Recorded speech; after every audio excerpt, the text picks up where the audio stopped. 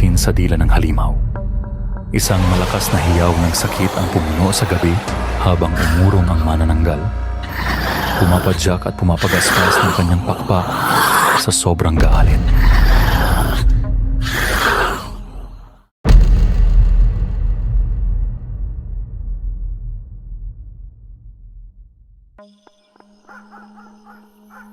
Sa tahimik na bayan ng San Isidro, kung saan ang mga bukirin ay walang katapusan at ang gabi ay kasing dilim ng pinakamalalim na balon, isang anino ang bumalot sa mga taga roon.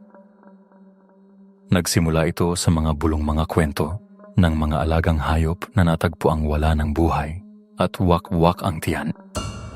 Mga sanggol na ipinanganak ng patay na walang paliwanag. At mga aninong lumilipad sa ibabaw ng mga bubong tuwing kabilugan ng buwan.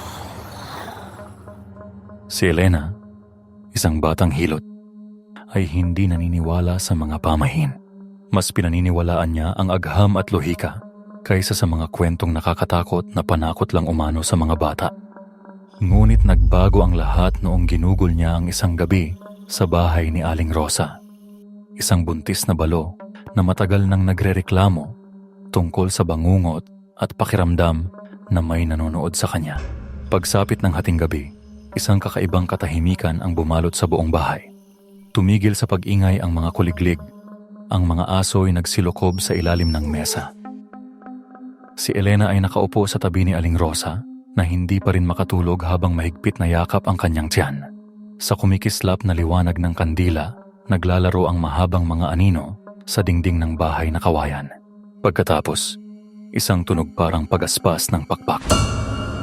Hindi ito gaya ng normal na lipad ng mga ibon, kundi mas mabigat, mas malamig, mas nakakatindig balahibo.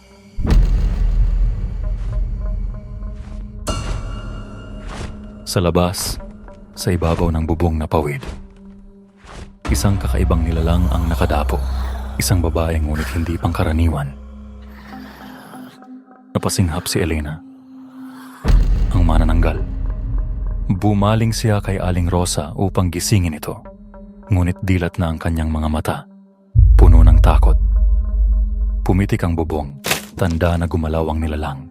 Sa isang iglap, mabilis itong lumusot sa siwang ng bubong.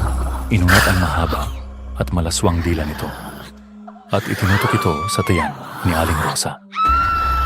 Sa tindi ng kaba, hinawakan ni Elena ang pinakamalapit na bagay na kanyang mahawakan, isang supot ng asin mula sa kusina. Sa nanginginig na mga kamay, itinapon niya ang asin sa dila ng halimaw. Isang malakas na hiyaw ng sakit ang pumuno sa gabi habang umurong ang manananggal. Pumapadyak at pumapagaspas ng kanyang pakpak sa sobrang galit. Alam ni Elena na hindi pa ito tapos. Ang kalahating katawan ng nilalang ay dapat nasa malapit pa. Kung mahahanap niya ito bago sumikat ang araw at matabunan ng asin at tabo, tuluyan itong mamamatay. Mabilis niyang kinuha ang flashlight at itak at dali-daling lumabas.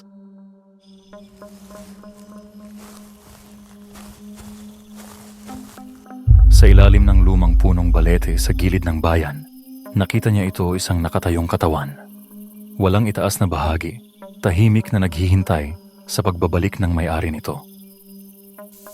Hindi na nagdalawang isip si Elena.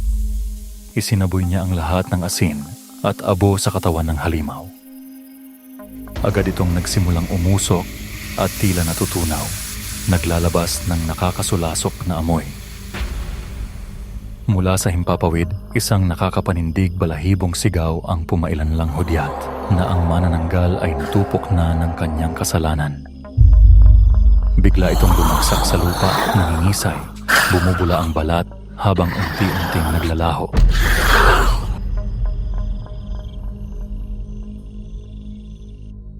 Pagsikat ng araw, wala nang natira kundi abo at bahid ng sunog sa lupa. Si Aling Rosa ay nakaligtas noong gabing yon. Mula noon, hindi na muling nasilayan ang manananggal sa bayan ng San Isidro. Ngunit tuwing kabilugan ng buwan, si Elena ay palaging nakadungaw sa kanyang bintana, nakikinig sa hangin, Nag-aabang sa tunog ng mga pakpak.